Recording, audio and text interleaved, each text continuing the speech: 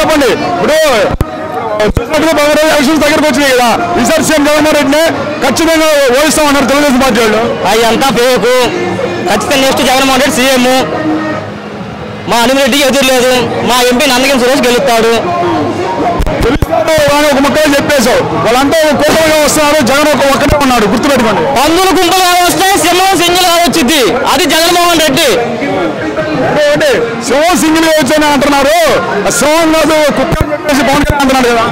ఎవరైనా అంటే next CM Jaganmohan Reddy గారే. అంత గట్టిగా నా సీఎం జగన్మోహన్ రెడ్డి. జగన్ వెనక ఎస్సీ ఎస్టీ బీసీ ఉన్నారు. మా ఎస్సీ ఉన్నాం జగన్ వెనక. మరి పవన్ కళ్యాణ్ పార్టీ లేదంటావా చంద్రబాబు వెనక? చంద్రబాబు నాయుడు ఒక్క పవన్ కళ్యాణ్ ఏమి లేదాడా. జగన్మోహన్ రెడ్డి సార్ తొక్కేస్తాను పవన్ కళ్యాణ్. తొక్కేయడం కాదు, వాడికే గతి లేదు. ఇంకోటి ఆడ తొక్కేస్తాడు. తొక్కేస్తా అంటున్నాడు. తొక్కేయన్ని ఏమీ లేదు. నెక్స్ట్ జగనే సీఎం.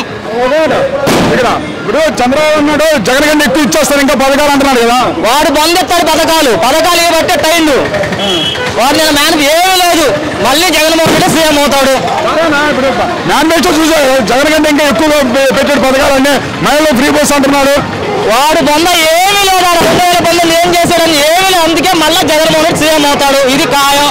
మా హనుమరెడ్డి ఎమ్మెల్యే గెలిపించుకుంటాం మేము. తెలుగుదేశం పార్టీ ఓటేస్తే చాలా మంది మందిస్తా అన్నారు కదా. మంచి నీళ్ళు కాదే కానీ నీళ్ళు కూడా రావు. ఈ వర్షాలు పడవేక. మరి ఇప్పుడు తెలుగుదేశం పార్టీ ఓట్లు లేకపోతే మీ భర్తలకు అన్నం పెట్టద్దు, ఓట్లేస్తానని పెట్టమని చెబుతున్నాడు చంద్రబాబు నాయుడు. అది ఏమీ లేదు. ఆడోళ్ళే జగన్మోహన్ రెడ్డి సీఎం చేసుకుంటారు. మగవాళ్ళతో కూడా పని లేదు. ఆడోళ్ళే జగన్ అనుకున్నారు.